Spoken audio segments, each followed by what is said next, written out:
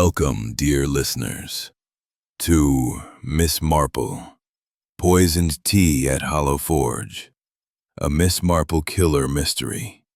This cozy tale transports you to the charming English village of St. Mary Mead in the 1950s, where our beloved elderly sleuth, Miss Jane Marple, unravels a puzzling case of poisoned tea. Brew yourself a comforting cuppa, settle into your favorite armchair, and let the gentle intrigue unfold. Our story is divided into 10 chapters, each about 8 to 10 minutes long when narrated. Enjoy. Chapter 1. The Invitation to Tea. The village of St. Mary Mead, tucked into the gentle folds of the English countryside, was a place where time seemed to dawdle.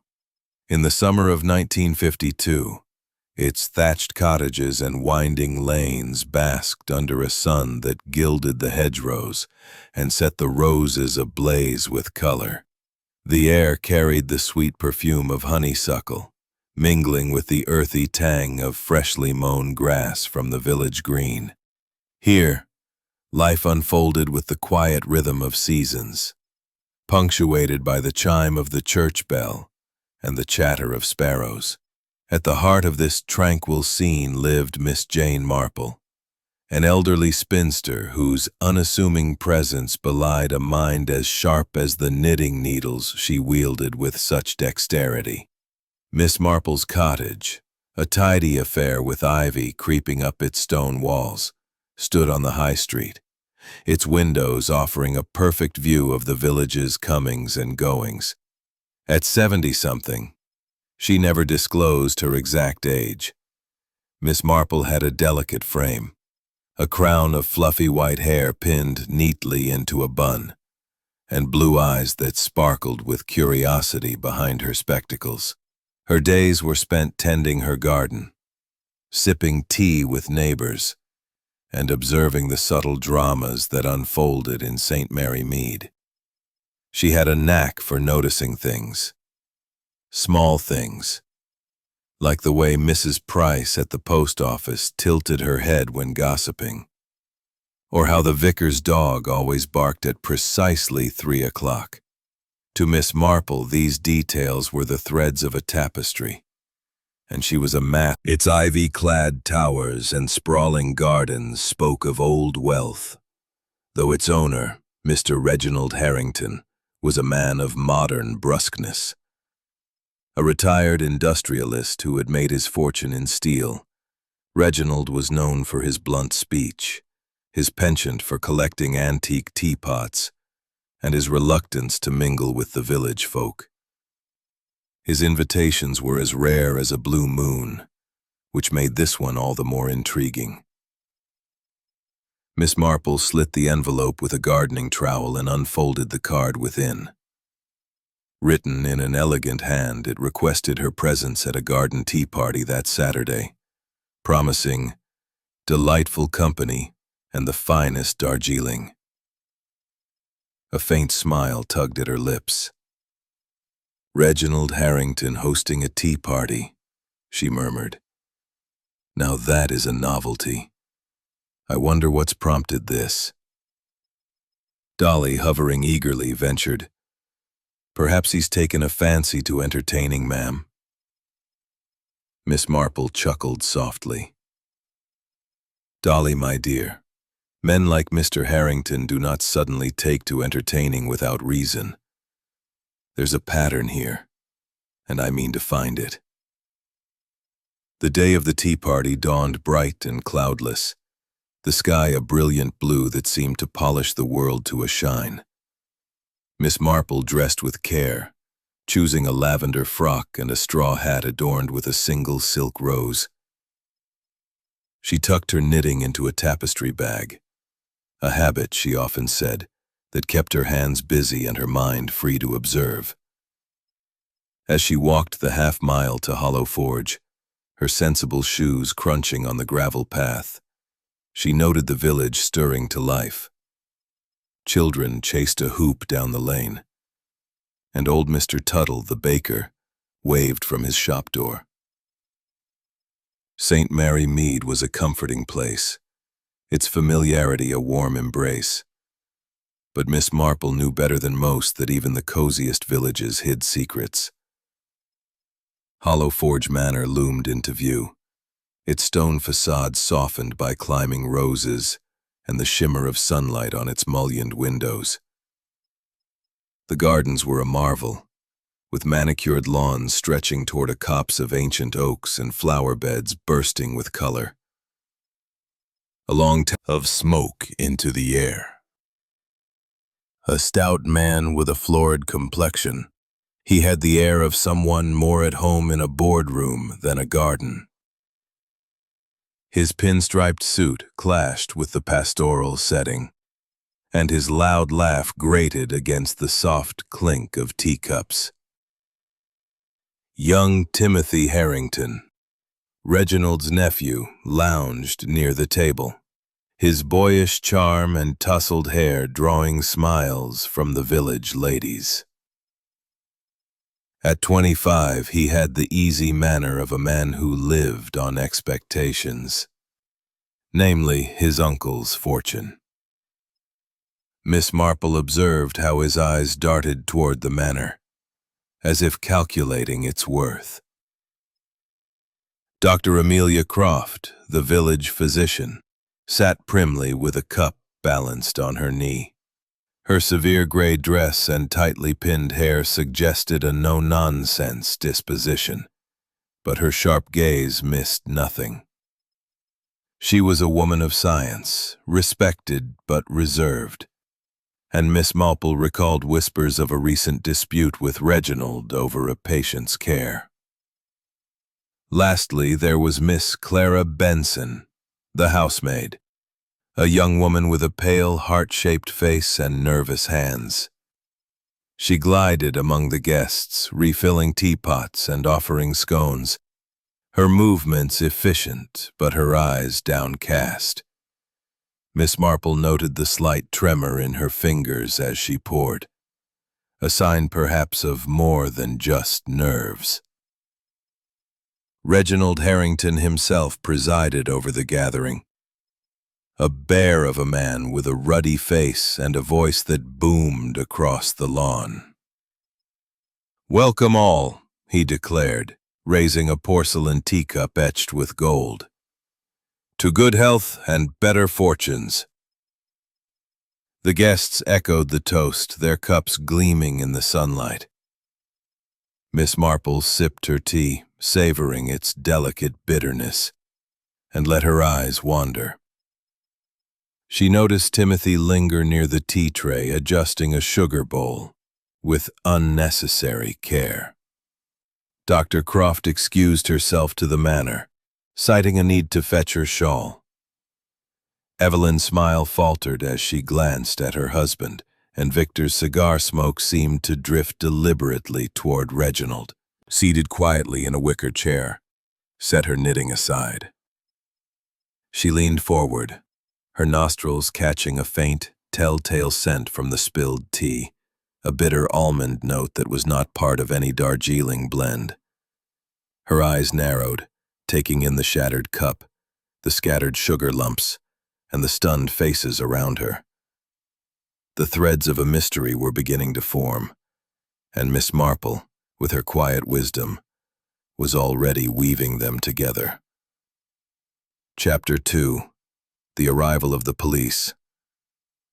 The garden of Hollow Forge Manor, moments ago a picture of summer serenity, now thrummed with a different energy. The lace-draped table stood askew, its delicate cups and saucers abandoned in the wake of Reginald Harrington's collapse.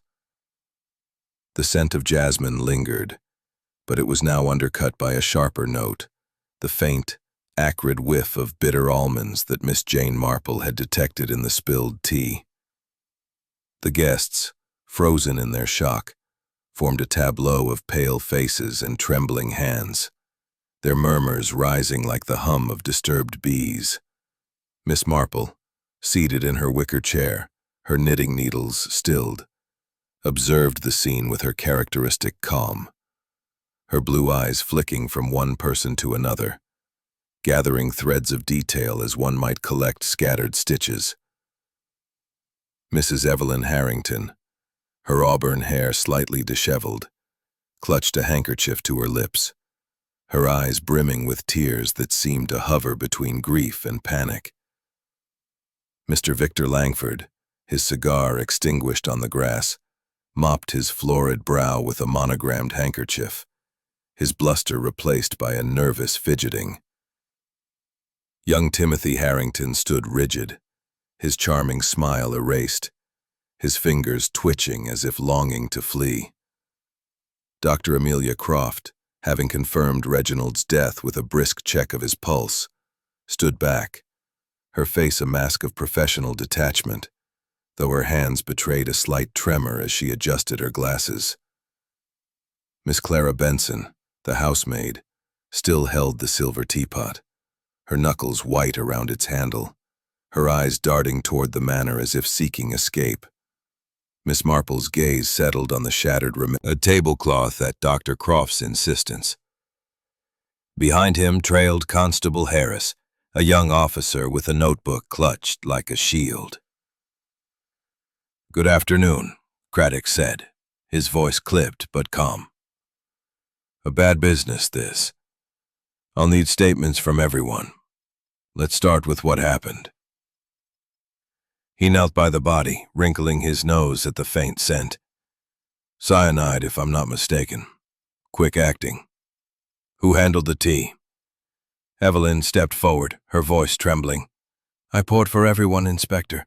It was my duty as hostess. But Reginald's cup was special, his favorite, an antique from his collection.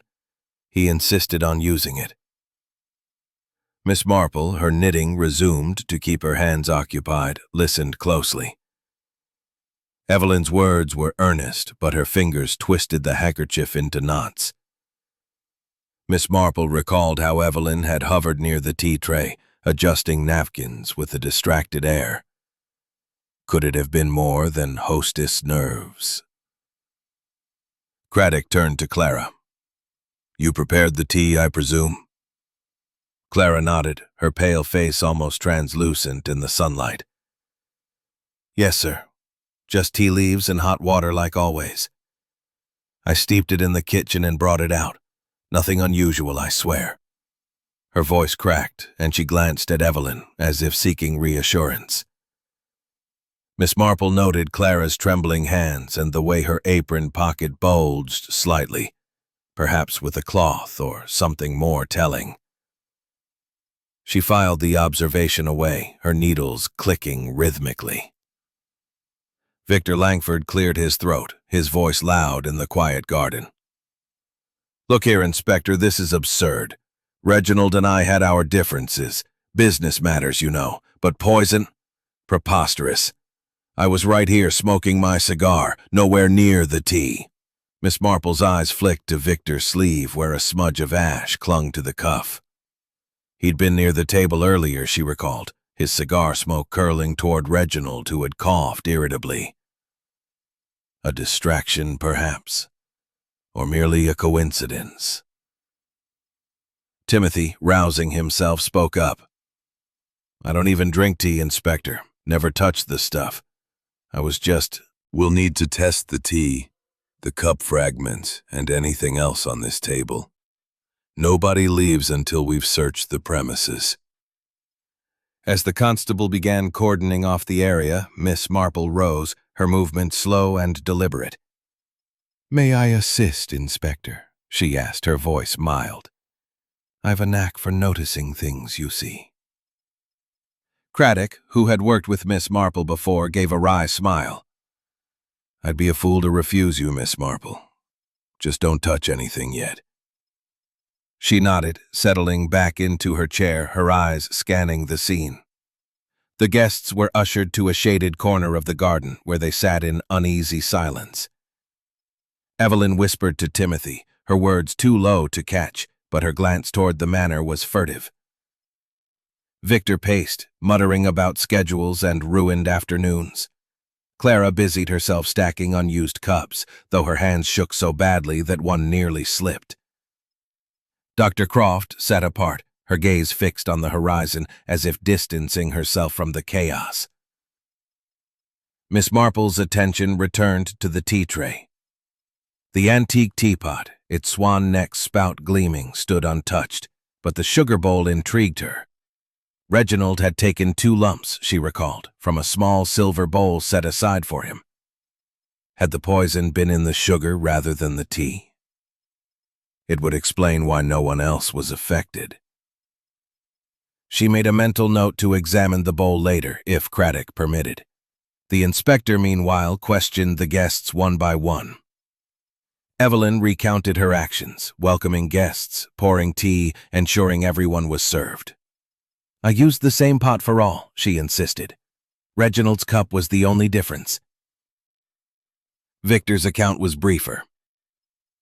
"I was discussing investments with Mrs. Price from the village when it happened. Didn't touch the tea tray. Ask anyone." Timothy shrugged. "I was flirting with Miss Lucy from the vicarage. Not my fault Uncle Reginald chose a bad cup." Dr. Croft reiterated her absence during the critical moment. "I was inside for perhaps 3 minutes. The shawl was in the drawing room." Clara, last to be questioned, stammered, "I just served, sir. I didn't know." Itself. Craddock nodded. "Good thinking. We'll test everything." As the guests dispersed, Miss Marple lingered, her eyes on the manor's windows, where a curtain twitched slightly. Someone was watching, she thought. The threads of this mystery were tangled, but she was already beginning to see a pattern. A pattern that, like her knitting, would require patience to unravel. Chapter 3. Whispers in the Village. The morning after the tragic tea party at Hollow Forge Manor, St. Mary Mead awoke to a buzz of speculation that rivaled the hum of bees in Miss Marple's rose garden. The village, with its thatched cottages and cobblestone lanes, seemed to pulse with a quiet excitement, as if the very air carried the weight of Reginald Harrington's death. The sun climbed lazily into a sky streaked with wispy clouds, casting a gentle glow over the high street, where villagers gathered in knots, their voices low but eager. Miss Jane Marple, ever attuned to the rhythms of her community, sensed the undercurrent of curiosity and fear that rippled through St. Mary Mead. She sat in her cozy parlor, her knitting needles clicking softly as she pondered the events of the previous day. Miss Marple's cottage was a haven of order, its chintz curtains framing windows that offered a perfect view of the village's comings and goings. A fire crackled in the hearth, and the scent of lavender from a bowl of potpourri mingled with the faint aroma of freshly baked scones, courtesy of Dolly, her young maid. Miss Marple, dressed in a soft gray cardigan and her usual lavender frock, adjusted her spectacles and considered the threads of the mystery. The bitter almond scent of cyanide, the shattered antique teacup, the stray tea leaf on Timothy's cuff. These were the stitches of a pattern, and she was determined to knit them together. Dolly burst in, her apron dusted with flour, her eyes wide with the latest gossip. "Oh, Miss Marple, the village is all aflutter. Mrs. Price at the post office says it's murder, plain as day, and folks are pointing fingers left and right." She set a tray of tea and scones on the table, her hands trembling slightly with excitement. Mismanaged. And Clara, well, Mrs. Tuttle at the bakery swears she saw her buying cleaning chemicals in town. But who knows what for? Miss Marple's eyes twinkled behind her spectacles. "Chemicals, you say? Interesting. Gossip is often exaggerated, Dolly, but there's usually a grain of truth in it. I think a stroll to the village might be in order." Leaving her knitting on the armrest, Miss Marple donned her straw hat and set out, her tapestry bag slung over her arm. The high street was alive with activity. Children darted past with sticky toffee apples, and the blacksmith's hammer rang out from his forge. At the village shop, a cluster of women huddled near the counter, their voices a soft murmur. Mrs. Price, the postmistress, held court, her pince-nez glinting as she dispensed rumors with the efficiency of a telegraph. "Good morning, Miss Marple," Mrs. Price called, her tone a mix of deference and eagerness. "Terrible business at Hollow Forge, isn't it? Poisoned, they say.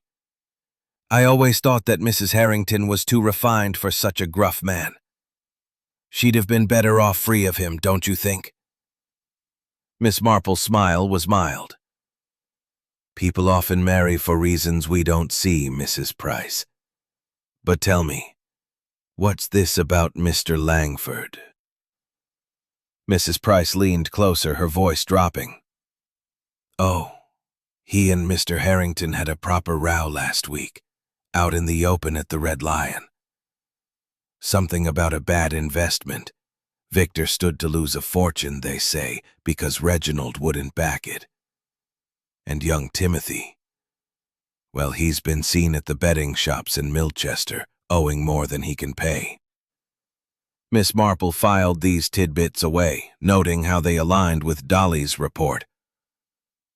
"And Dr. Croft?" she prompted gently. Mrs. Price sniffed. "She's a cold one, that doctor. Had a falling out with Mr. Harrington over poor old Mr. Giles, who died last month. Reginald thought she'd been careless with his treatment. Mind you, she's clever with medicines.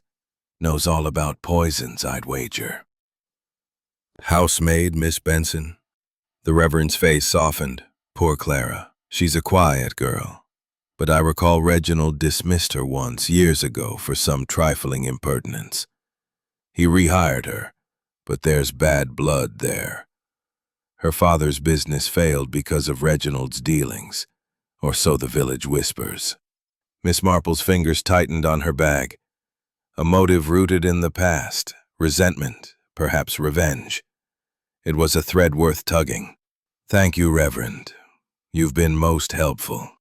Her next stop was the village green, where she sat on a bench to observe the comings and goings. A group of children played nearby, their laughter a stark contrast to the grim undercurrent of the day.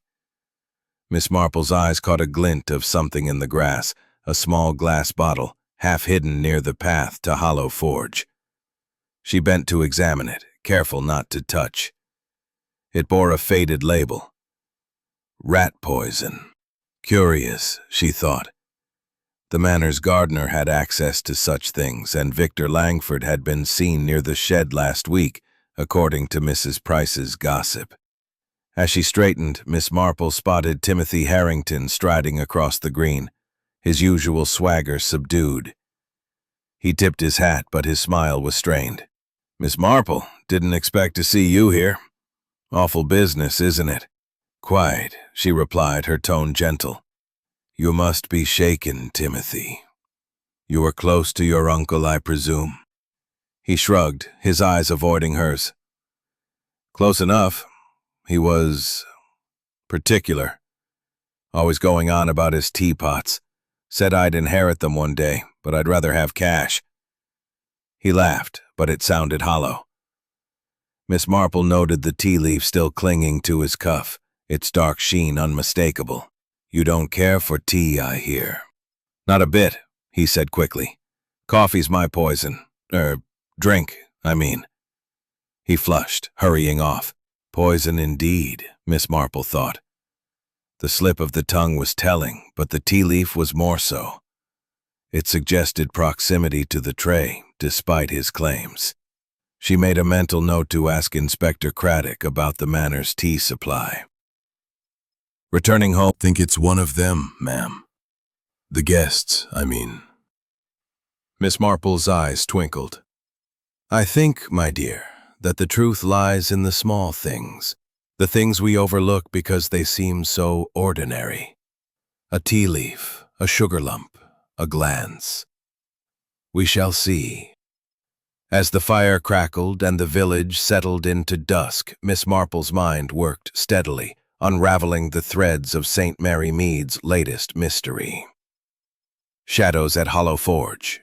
The sun hung low over St. Mary Mead, casting long shadows across the rolling lawns of Hollow Forge Manor as Miss Jane Marple made her way up the gravel path. It was the day after Reginald Harrington's shocking death, and the village still hummed with whispers of poison and foul play. Miss Marple, her straw hat tilted against the late afternoon glare, carried her tapestry bag, its contents including her knitting and a small notebook where she jotted observations. She had returned to the manor under the guise of retrieving a shawl she claimed to have left behind, a flimsy excuse, but one that allowed her to poke about without raising suspicion. Her real purpose was to study the scene of the crime, to tug at the threads of the mystery that had begun to form in her sharp, inquisitive mind. The manor's gardens, still resplendent with blooming roses and neatly trimmed hedges, felt quieter now, as if the very flowers mourned their master. The marquee from the tea party had been dismantled, but the lace-draped table remained, its surface cluttered with abandoned teacups and a silver teapot that gleamed like a sentinel. Miss Marple paused by the table, her eyes scanning the flagstones where Reginald's antique cup had shattered.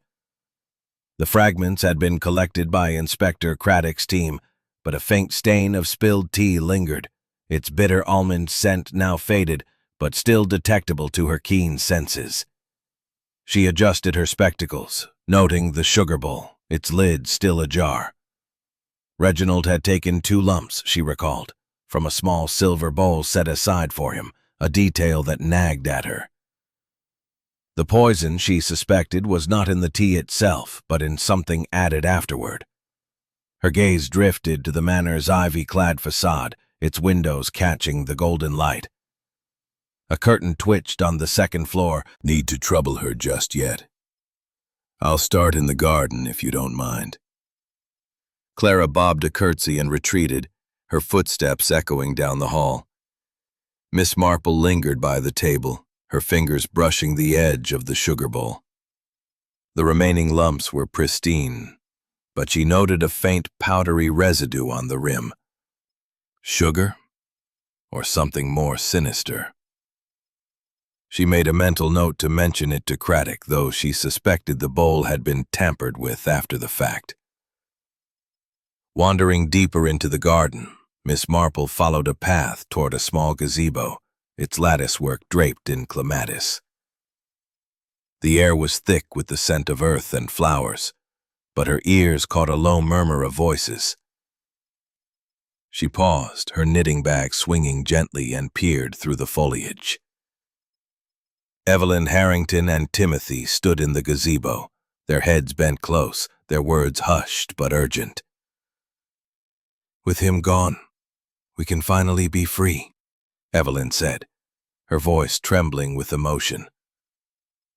She dabbed her eyes with a lace handkerchief, her auburn hair catching the light like burnished copper. Timothy's tone was sharp. "Aunt, careful. Walls have ears. We can't talk like this here." Miss Marple stepped back, her movements silent, and pretended to examine a rose bush. The conversation was telling. Evelyn's words suggested relief, perhaps even motive, while Timothy's caution hinted at a shared secret. She filed the exchange away, her mind turning to the possibility of collusion.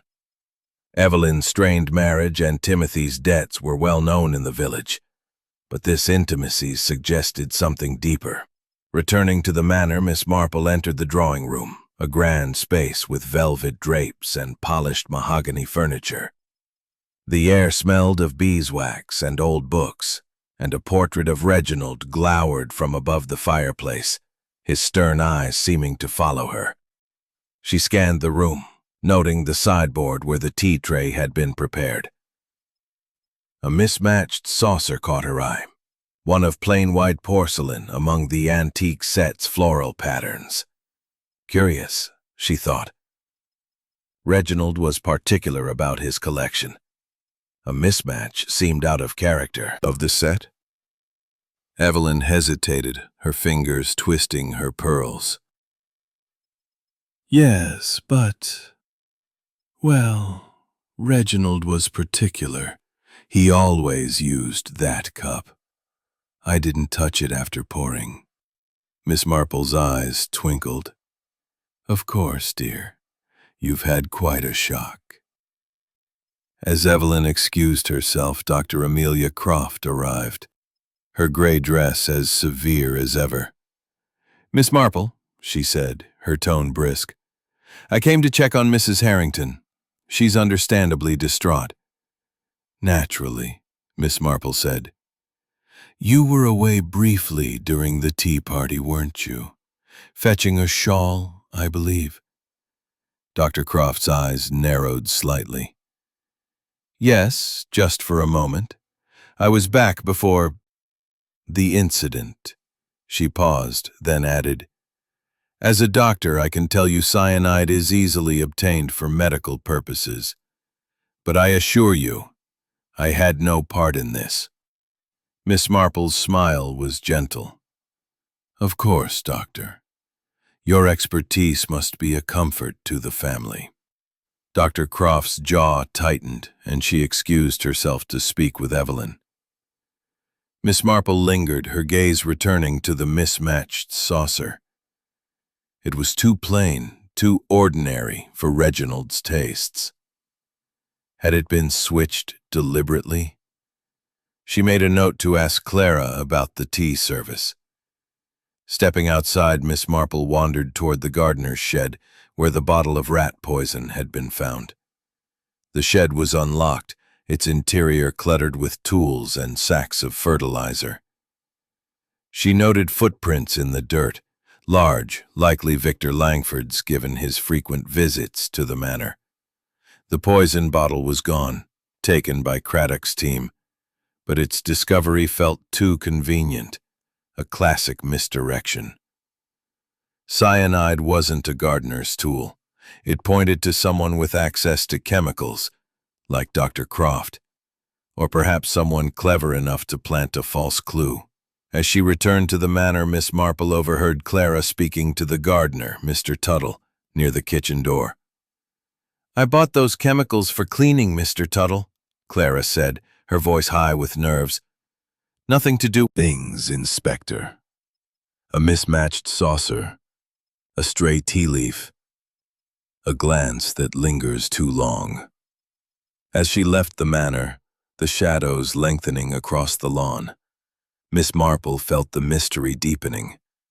Evelyn and Timothy's whispered conversation, the mismatched saucer, Clara's nerves, Dr. Croft's absence, Victor's footprints. Each was a thread, tangled but telling. The poison was deliberate, she was certain, but the how and why remained elusive. Like her knitting, the pattern would emerge with patience, and Miss Marple was nothing if not patient. Chapter 5. Tea and Testimonies. The soft light of late afternoon filtered through the chintz curtains of Miss Jane Marple's cottage, casting delicate patterns on the polished oak floor. The air was warm with the scent of freshly brewed tea and the faint sweetness of lavender from a bowl on the mantelpiece. Miss Marple, seated in her favorite armchair, her lavender frock neatly pressed, arranged a tray of scones and delicate porcelain cups on the table before her. Her knitting lay in a basket at her side, a half-finished scarf trailing like a clue waiting to be unraveled. She had invited the key suspects from the Hollow Forge tea party to her cottage under the guise of offering comforting tea in the wake of Reginald Harrington's tragic death. In truth, she sought to observe them up close, to catch the subtle tells that village gossip and manor shadows could only hint at. The murder of Reginald Harrington, poisoned by cyanide in his tea, had set St. Mary Mead abuzz.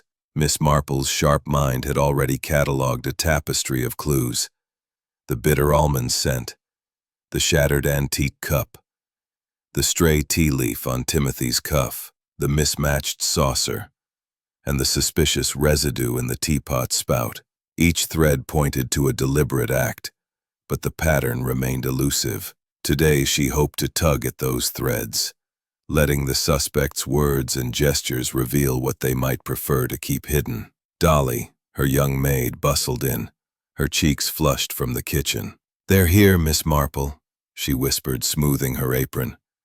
"Mrs. Harrington, Mr. Langford, young Timothy, Dr. Croft, and Clara. Shall I show them in?" "Yes, Dolly, please," Miss Marple said, her voice gentle, but her eyes bright with anticipation. "And do pour the tea carefully. We wouldn't want any mishaps." Dolly nodded, suppressing a giggle, and opened the door. The guests filed in, their expressions a mix of wariness and politeness. Mrs. Evelyn Harrington entered first, her auburn hair swept into an elegant chignon, her silk dress a soft shade of dove gray. She clutched a string of pearls, her fingers twisting them nervously as she offered a tight smile. Lingering on the tea tray as if assessing it for hidden dangers. "A thoughtful gesture," she said curtly, settling into a chair with her hands folded neatly. Clara Benson, the housemaid, entered last, her pale face almost ghostly in the soft light. Her apron was crisp, but her hands trembled as she hovered near the door, as if unsure whether she belonged. "Thank you, ma'am," she murmured, her eyes downcast. Miss Marple gestured to the chairs arranged around her parlor table. "Please, do sit. A cup of tea can work wonders after such a shock. Dolly, would you pour?" As Dolly served, Miss Marple observed her guests, her blue eyes keen behind her spectacles. Evelyn's fingers tightened on her pearls, a faint tea stain visible on her glove, a detail she hadn't noticed before. Victor's loud laugh as he accepted his cup seemed to mask unease, his eyes darting to the door. Timothy slouched, his fingers brushing the tea leaf still clinging to his cuff, as if unaware of its presence. Dr. Croft sipped her tea with mechanical precision, her composure unshaken, but her gaze guarded. Clara, tasked with passing the scones, moved awkwardly, her hands fumbling the plate. "Such a tragedy," Miss Marple said, her tone mild as she stirred her tea. "Reginald was a pillar of St. Mary Mead, wasn't he? I understand he'd recently mentioned a new will." The room stilled, the clink of teaspoons pausing. Evelyn's cup rattled slightly in its saucer. "A new will?" she said, her voice high. I wouldn't know. Reginald was private about such things." Timothy's face paled, his fingers freezing mid-fidget. "He mentioned something about it," he admitted, his tone reluctant. "Said he was rethinking things because of, well, my debts, but I didn't think he'd gone through with it." Miss Marple's eyes twinkled. "Oh, people often talk of changes without acting. But it's curious, isn't it? A will can stir such passions." Victor snorted, crumbs from a scone dusting his lapel. "Wills, debts, nonsense. Reginald and I had a spat over business, but that's no reason." "It must be hard, working in such a grand house with so many expectations." Clara flushed, her eyes darting to Evelyn, who looked away. The air grew thick with unspoken tensions, and Miss Marple let the silence stretch, her needles clicking softly as she resumed her knitting. She observed how Evelyn avoided Timothy's gaze, how Victor's bluster faltered when she mentioned the will, and how Dr. Croft's fingers tightened briefly on her cup. "Reginald's teapots were quite the collection," Miss Marple continued, her tone conversational. "That Ming Dynasty one was exquisite. A pity about the cup that broke. Did you notice, Evelyn? The saucer didn't match." Evelyn's hand froze on her pearls. "I didn't pay much attention. I poured the tea and left the rest to Clara." Miss Marple smiled. "Of course, it's easy to overlook such things in the bustle of hosting." The conversation turned to village matters, but Miss Marple steered it gently, probing with questions disguised as idle chatter. She learned that Evelyn had argued with Reginald the morning of the party, a fact she tried to downplay. Victor admitted to a heated business dispute, claiming it was resolved. Timothy joked about his gambling debts, but his laugh was strained. Dr. Croft mentioned her brief absence again, unprompted, as if reinforcing her alibi. Clara remained silent, her eyes fixed on the floor. As the guests sipped their tea, Miss Marple noticed a new clue. Evelyn's glove, the one with the tea stain, also bore a faint shimmer of sugar crystals, visible in the sunlight. She hadn't spilled tea, she'd claimed, so why the stain? And why sugar? The sugar bowl, Miss Marple recalled, had been set aside for Reginald. Could the poison have been in the sugar rather than the tea? Victor's cigar ash was another thread. It matched the residue near the rat poison bottle, but Miss Marple suspected it was a distraction. Cyanide wasn't found in garden sheds. Timothy's tea leaf remained a puzzle. He insisted he avoided tea, yet the evidence suggested otherwise.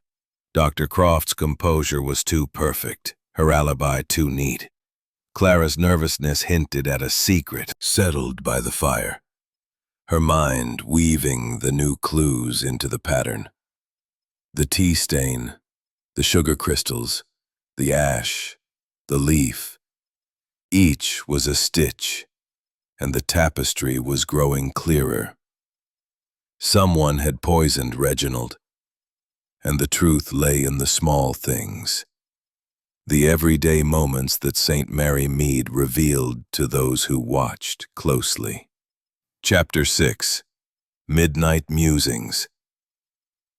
The night had draped St. Mary Mead in a velvet hush. The village's thatched cottages and winding lanes bathed in moonlight.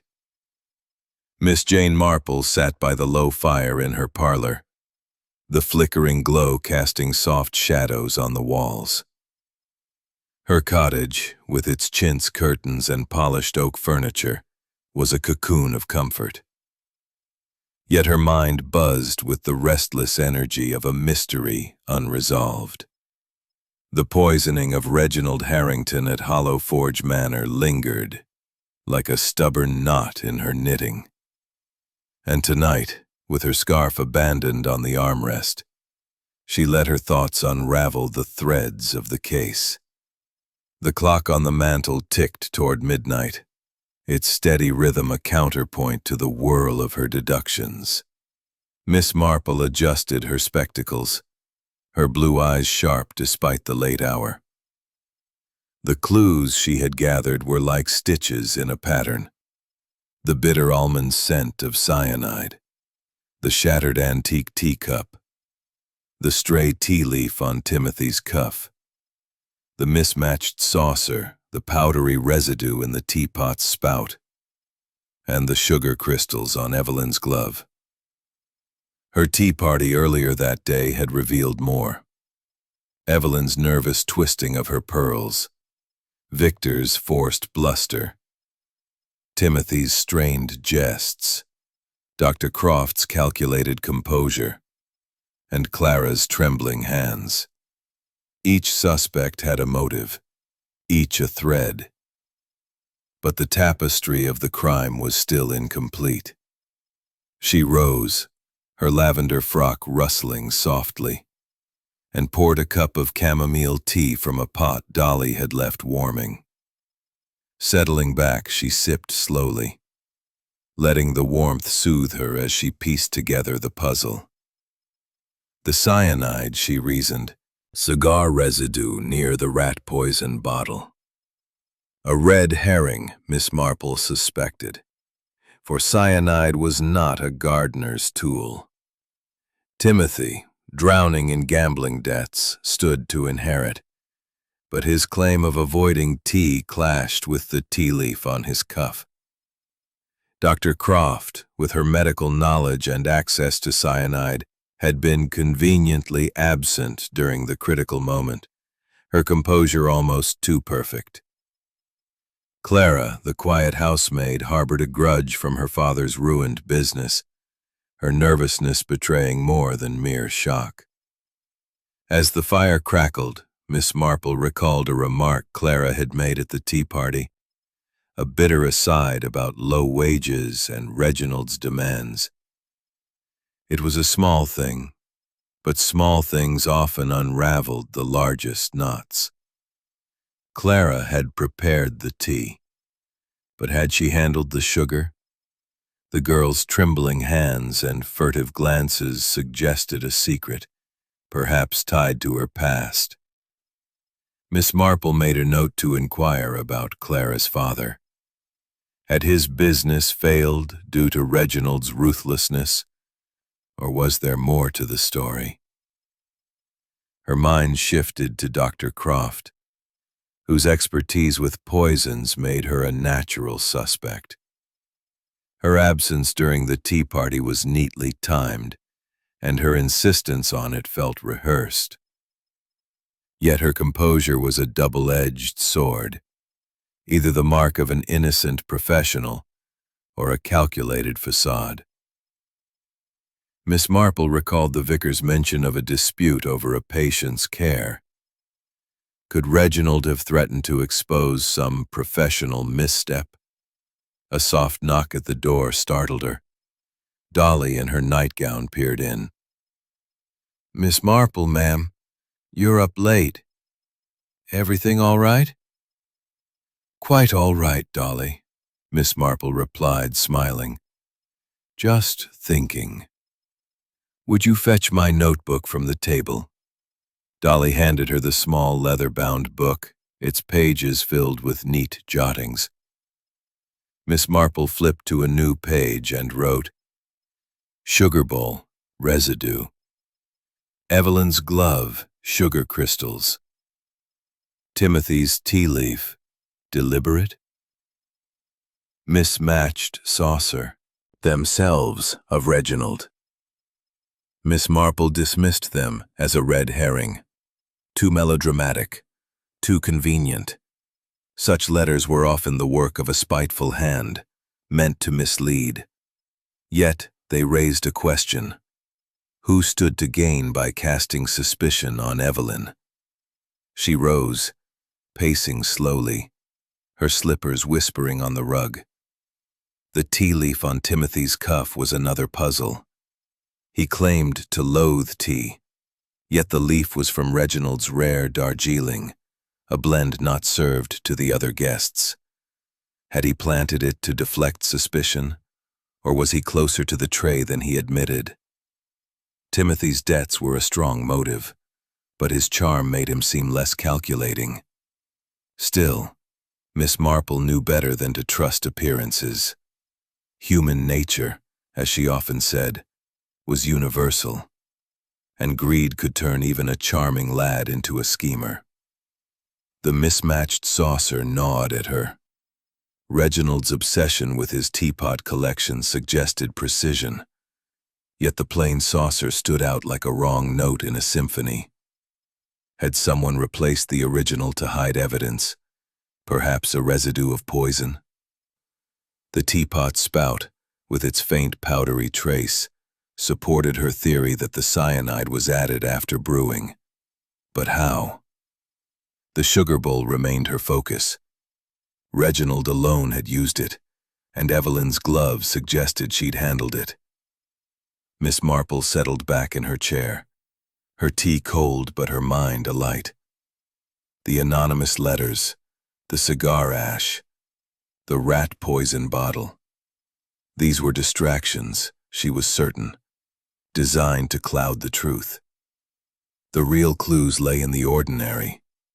A stained glove, a stray leaf, a mismatched saucer. She recalled a similar case in her youth, when a village baker's death was traced to a poisoned jam jar, overlooked because it seemed so mundane. "It's always the small things," she murmured, her needles clicking as she resumed her knitting. A sudden thought struck her. The Manor's kitchen, where Clara had prepared the tea. Had anyone checked the sugar supply? If the cyanide was in the bowl, it might have been added there, away from Marple was determined to see it through. As she drifted to sleep, her last thought was of the sugar bowl, its silver gleam hiding a deadly secret in the heart of St. Mary Mead. Chapter 7. The Hidden Letter. The morning sun bathed St. Mary Mead in a golden glow, its light filtering through the ancient oaks that lined the lane to Hollow Forge Manor. Miss Jane Marple, her straw hat firmly in place and her tapestry bag slung over her arm, walked with a purposeful stride, her sensible shoes crunching on the gravel. The village was still abuzz with whispers of Reginald Harrington's poisoning, and Miss Marple's mind was a whirl of clues. The cyanide-laced tea, the shattered antique cup, the tea leaf on Timothy's cuff, the mismatched saucer, the sugar crystals on Evelyn's glove, and the anonymous letters accusing her of an affair. Each was a stitch in the tapestry of the mystery, and today, Miss Marple aimed to tug at a new thread, one that might unravel the truth. She had secured permission from Inspector Craddock to visit Hollow Forge, ostensibly to offer condolences to Evelyn, but really to search for overlooked details. The manor loomed ahead, its ivy-clad towers softened by the morning light, though an air of unease hung over its manicured gardens. The scene of the tea party was now a memory, the lace-draped table cleared, but Miss Marple's sharp eyes sought the small things, the everyday observations that so often held the key. As she approached the entrance, Clara Benson opened the door, her pale face drawn and her apron slightly crumpled. "Miss Marple," she said, her voice barely above a whisper. "Mrs. Harrington's in the drawing room. Shall I fetch her?" "No need, dear," Miss Marple replied, her tone warm. "I'd like to have a look at Mr. Harrington's study, if I may. I believe I dropped a knitting needle there during the tea party." Clara hesitated, then nodded. "The study's open, ma'am. Inspector Craddock's been through it, but, well, it's as it was." Miss Marple smiled, noting Clara's trembling hands. Letter, her movements careful. It was dated a week before the tea party, and its contents were stark. "Dear Uncle Reginald, I'm in a bad spot. The debts have piled up, more than I can manage. The bookies in Milchester are after me, and I need £5,000 to clear it. Please, I beg you, help me out. If you don't, I might have to take desperate measures. You always said I was your heir. Don't let me down now. Yours, Timothy." Miss Marple folded the letter, her mind racing. "Desperate measures," she murmured. The phrase was vague but ominous, suggesting a motive stronger than village gossip had implied. Timothy's gambling debts were no secret, but this letter revealed a desperation that could drive a young man to extremes. Yet the tea leaf on his cuff, had it been a careless mistake, or a deliberate plant to deflect suspicion? She tucked the letter into her bag, intending to show it to Craddock. As she turned to leave, the door creaked open, and Timothy himself appeared, his face paling at the sight of her. "Miss Marple, what are you doing here?" "Oh, Timothy," she said, her voice mild. "Just looking for a lost knitting needle. But since you're here, perhaps you can tell me about this." She held up the envelope, watching his reaction. His eyes widened, and he swallowed hard. "That's private. I wrote it ages ago." I was desperate, yes, but I didn't mean anything by it. I'd never hurt Uncle Reginald. Miss Marple's gaze was steady. Of course, dear. But desperation can cloud judgment. You were near the tea tray, weren't you? Despite claiming you don't touch tea. Timothy's hands fidgeted. I might have brushed past it, chatting with Miss Lucy. But I swear I didn't touch the sugar or anything. She nodded, letting him squirm. The truth has a way of surfacing, Timothy. Like a dropped stitch, it shows up. Amelia Croft entered, her gray dress as severe as her expression. Miss Marple, she said, nodding curtly. I came to check on Mrs. Harrington. The strain is considerable. Indeed, Miss Marple said. Your expertise must be a comfort, doctor. I suppose cyanide is something you'd recognize, given your profession. Dr. Croft's jaw tightened. As I told the inspector, cyanide is controlled but not impossible to obtain. My medical bag is secure, and I had no reason to harm Mr. Harrington. Miss Marple's eyes twinkled. Of course. Though I understand you and Reginald had a disagreement over a patient's care. Dr. Croft's gaze sharpened. A professional matter, nothing more. He was upset about Mr. Giles' death, but it was unavoidable. I did my best. As Dr. Croft excused herself, Miss Marple wandered to the sideboard where the tea service had been prepared. She examined the sugar bowl, now empty, and the teapot, its spout still bearing a faint residue. A new clue caught her eye. A tiny scratch on the teapot's handle, as if it had been gripped tightly or scraped. She made a note to ask Clara about the preparation process. Leaving the drawing room, Miss Marple sought out Clara in the kitchen, where the girl was polishing silver. The kitchen was a warm, cluttered space, its air heavy with the scent of baking bread.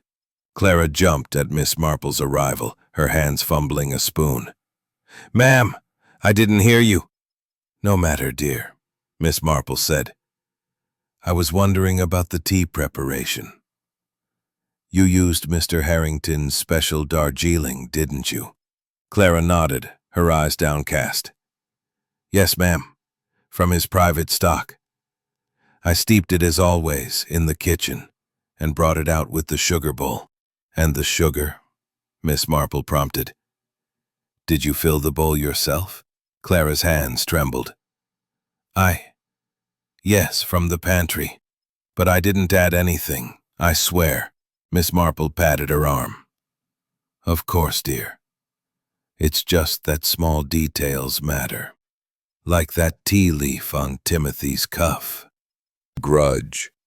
Each was a thread, and the scratched teapot handle was a new stitch. The sugar bowl remained central, its contents the likely source of the cyanide. As the fire crackled, Miss Marple felt the pattern tightening, the truth lurking in the everyday details of St. Mary Mead. Chapter 8. Narrowing the Net. The sun hung low over St. Mary Mead, its golden rays slanting through the ancient elms that framed Hollow Forge Manor. The village, though outwardly serene with its thatched roofs and blooming gardens, thrummed with an undercurrent of tension.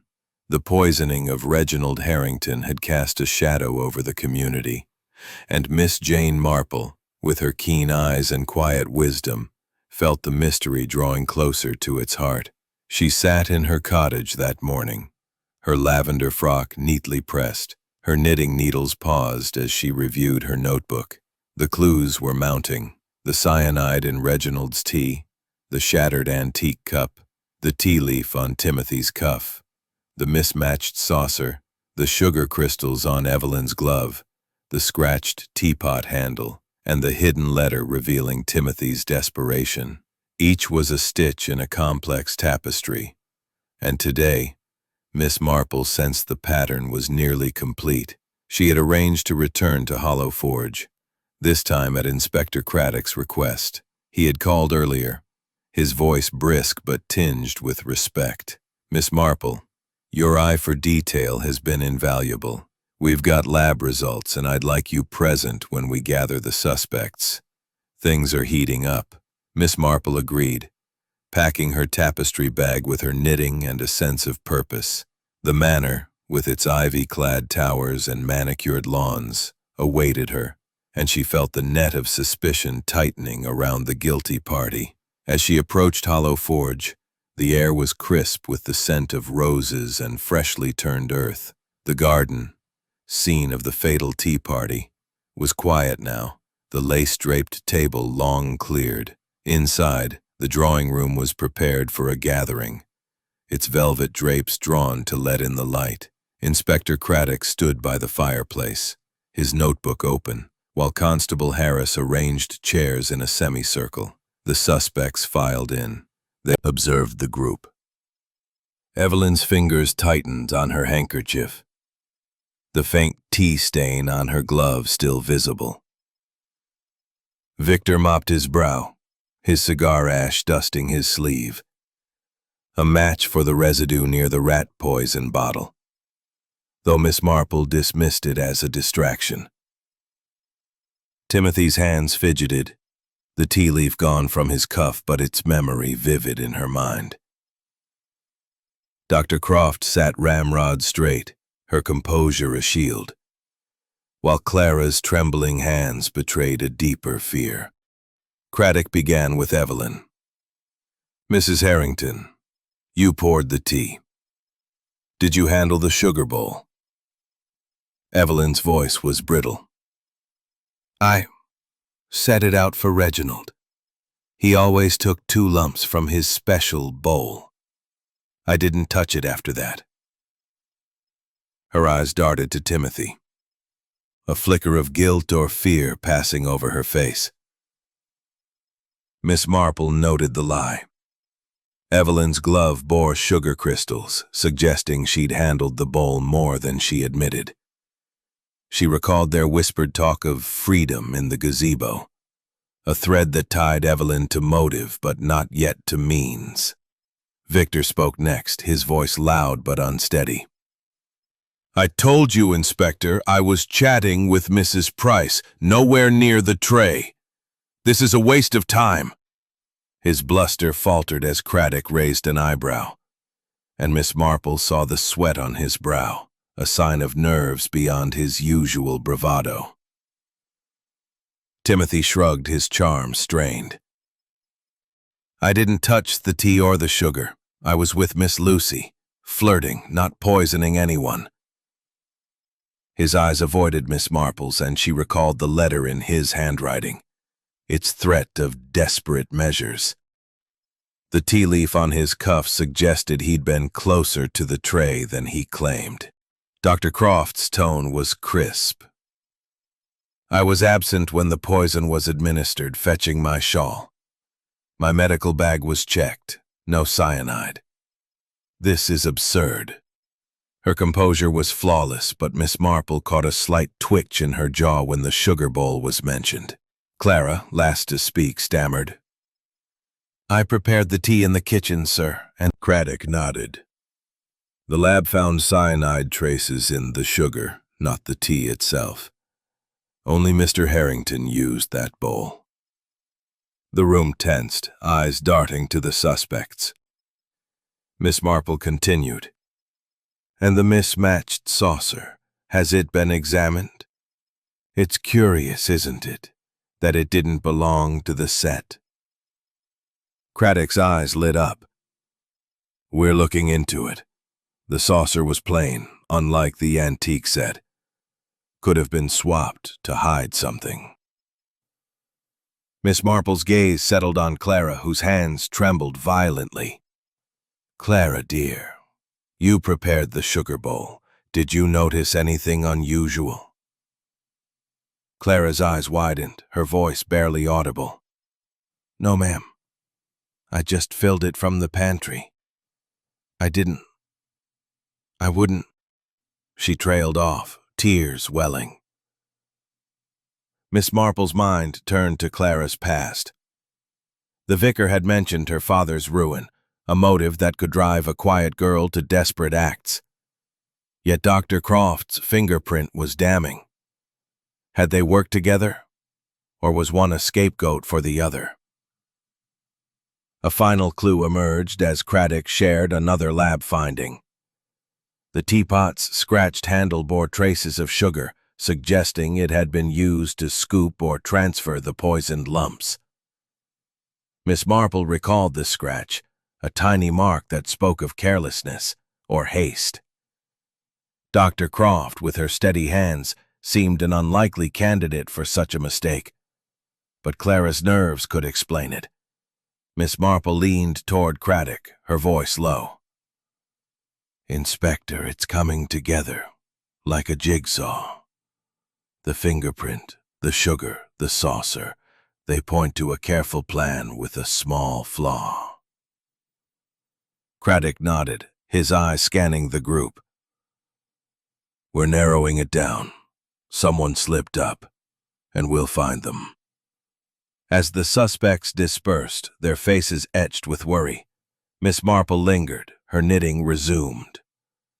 The rat poison bottle, she confirmed with Craddock, was indeed a red herring, used for actual rats, as the gardener had verified. The anonymous letters accusing Evelyn were another distraction, likely penned by someone outside the core group to muddy. Truth, as always, lay in the small things. The everyday moments that St. Mary Mead revealed to those who watched closely. Chapter 9. The Revelation in the Drawing Room. The drawing room of Hollowforge Manor was bathed in the soft glow of late afternoon, its velvet drapes parted to let sunlight stream across the polished mahogany furniture. The air carried the faint scent of beeswax and old books, but an undercurrent of tension hung heavier than the dust motes dancing in the light. Miss Jane Marple stood near the fireplace, her lavender frock impeccable, her straw hat resting on a side table beside her tapestry bag. Her knitting needles were still, her sharp blue eyes scanning the assembled suspects, who sat in a semicircle of chairs arranged by Inspector Craddock. The poisoning of Reginald Harrington had reached its climax, and Miss Marple, with her quiet wisdom, was ready to unravel the final threads of the mystery. Inspector Craddock, his lean frame taut with anticipation, stood by the sideboard where the fatal tea service had been prepared. His notebook was tucked away, his gray eyes fixed on the group. Evelyn Harrington, her auburn hair pinned tightly, her hands twisting a lace handkerchief. Victor Langford, his florid face flushed, his pinstriped suit creased. Timothy Harrington, his boyish charm replaced by nervous fidgeting. Dr. Amelia Croft, her gray dress severe, her composure a brittle mask. And Clara Benson, the housemaid, her pale face almost translucent as she hovered near the door, her hands trembling. The room was silent, save for the tick of a grandfather clock and the occasional rustle of Evelyn's dress. Craddock cleared his throat. "We've gathered you here because the lab results are conclusive. Cyanide was in the sugar bowl used by Mr. Harrington, not the tea. Someone poisoned those lumps deliberately. We're close to an arrest, but Miss Marple has some observations to share." Miss Marple stepped forward, her voice gentle but firm. "Thank you, Inspector. This has been a sad affair for St. Mary Mead, but the truth, like a dropped stitch, always surfaces. Let us—" her gaze lingering on Evelyn's glove, still bearing faint sugar crystals. "Yet your glove suggests otherwise, dear. Sugar crystals, not tea stains, as you claimed you hadn't spilled." Evelyn paled, her hand dropping. I must have brushed the bowl. It was an accident. Miss Marple's eyes twinkled. Perhaps. But let us consider the others. Mr. Langford, your cigar ash matched residue near a rat poison bottle in the gardener's shed. A bottle that proved to be a distraction, as it contained no cyanide. Victor blustered. I told you I was with Mrs. Price. I didn't go near that tray. Indeed, Miss Marple said. Mrs. Price's memory is unreliable, but your distance from the tray is noted. Timothy, you claimed to avoid tea. Yet a leaf from Reginald's rare Darjeeling clung to your cuff. And your letter, begging for money and hinting at desperate measures, suggests a strong motive. Timothy's face flushed. I didn't do it. I was near the tray, yes, chatting with Miss Lucy, but I didn't touch the sugar. Miss Marple's gaze shifted to Dr. Croft. Doctor, your absence during the critical moment was convenient, and your fingerprint was found on the handle of Reginald's cup, a cup you claimed not to have touched.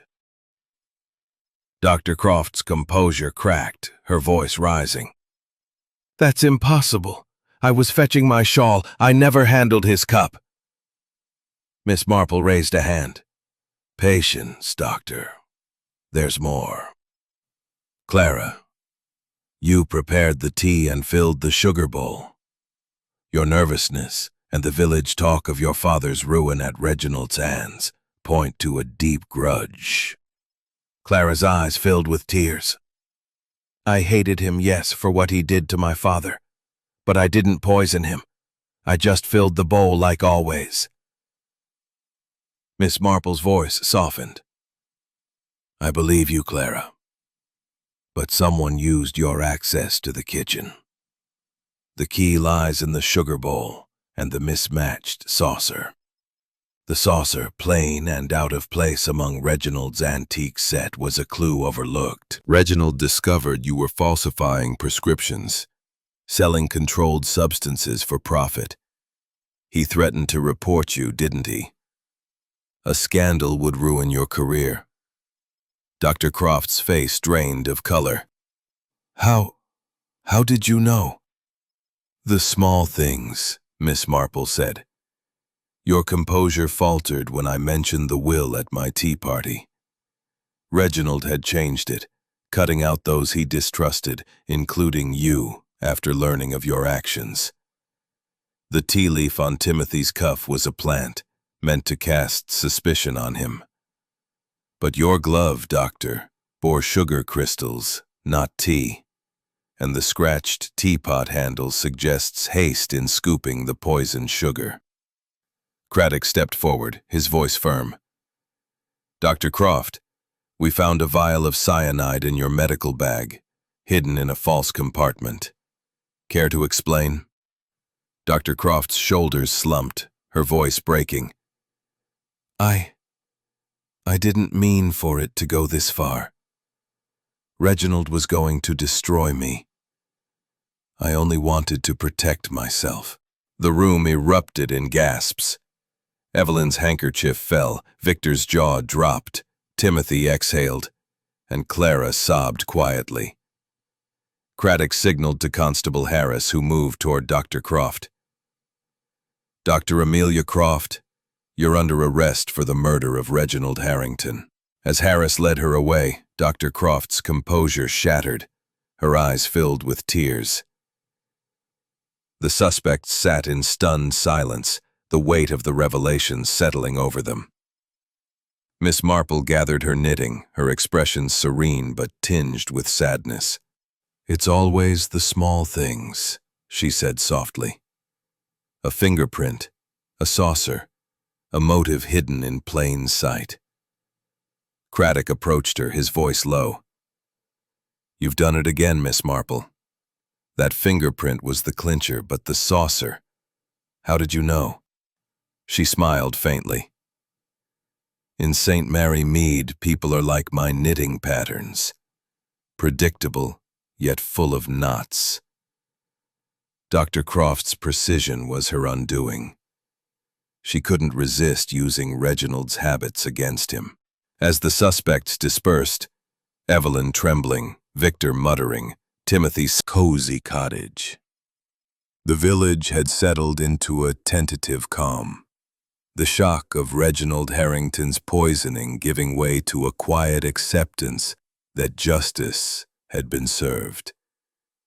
Inside, the parlor was warm with the scent of freshly brewed tea and warm scones, courtesy of Dolly, Miss Marple's young maid. A small fire crackled in the hearth, casting a soft glow over the chintz armchairs and polished oak table.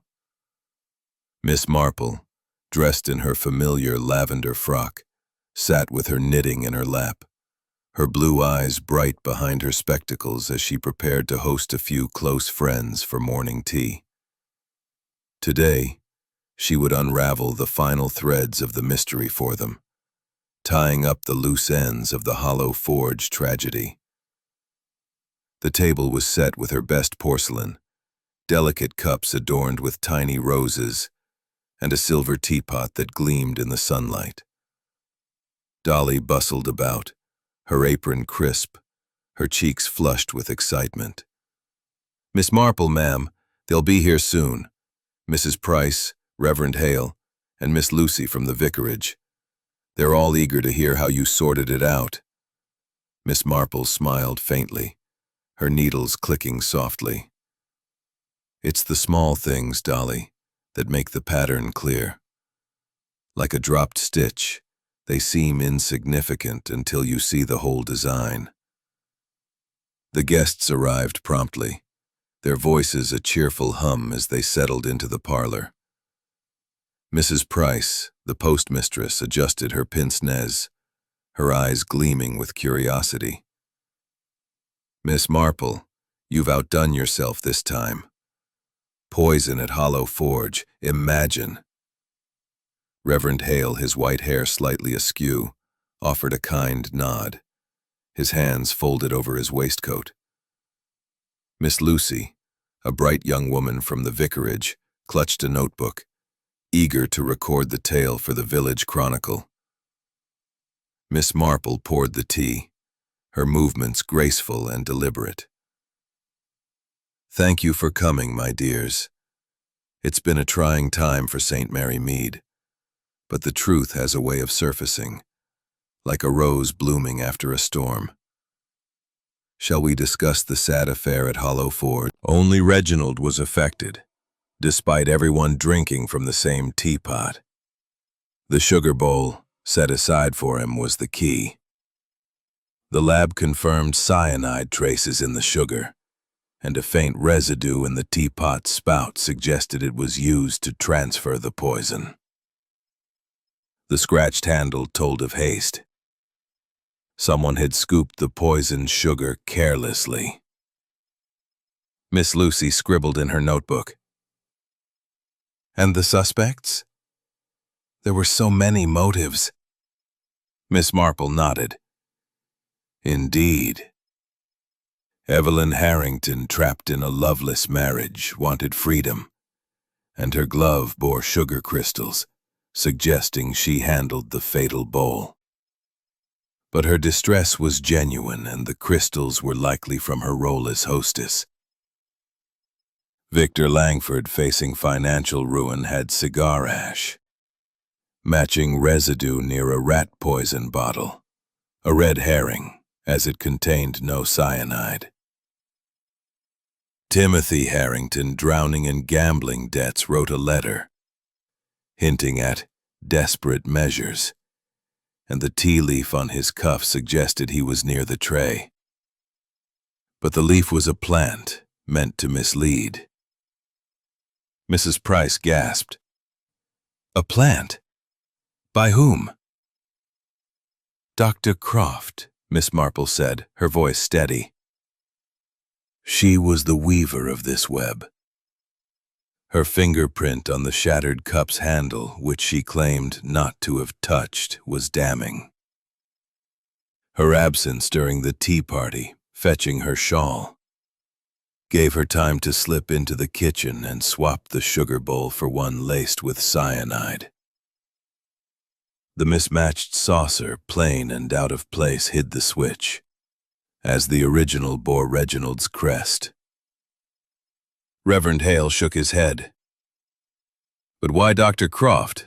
She seemed so respectable. Miss Marple's expression grew somber.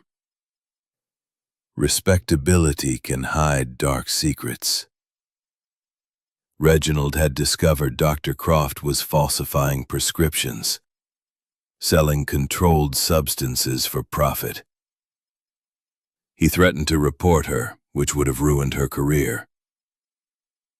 She acted to protect herself, using her medical knowledge to procure cyanide and her access to the manor to execute. Reverend Hale sipped his tea, thoughtful.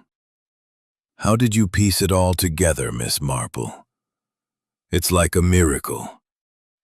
No miracle, Reverend, she said, smiling. Just observation. People are like my knitting patterns, so predictable in their wants and fears, yet full of knots. Dr. Croft's precision was her undoing. She couldn't resist using Reginald's habits, his special sugar bowl, his antique cup, against him. But she overlooked the small things. The fingerprint, the saucer, the scratch. Miss Lucy closed her notebook, her eyes wide. And what happens now? To Evelyn, Timothy, and the others. Miss Marple leaned back, her needles resuming their rhythm. Evelyn inherits the estate, as Reginald's new will favored her, despite their strained marriage. She'll find her freedom, I hope, in time.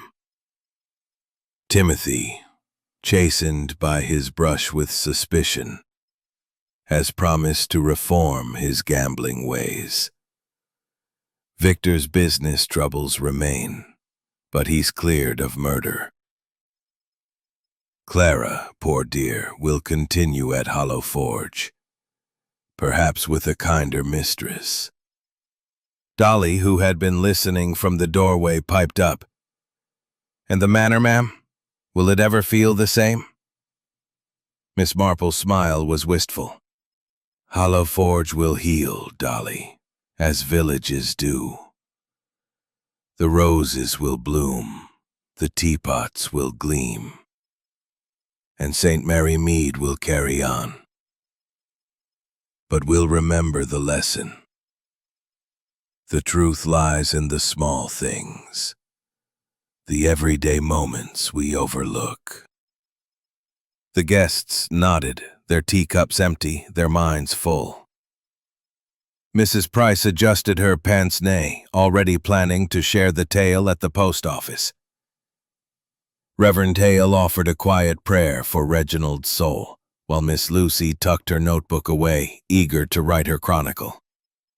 As they rose to leave, Miss Marple saw them to the door, the morning light warm on her face.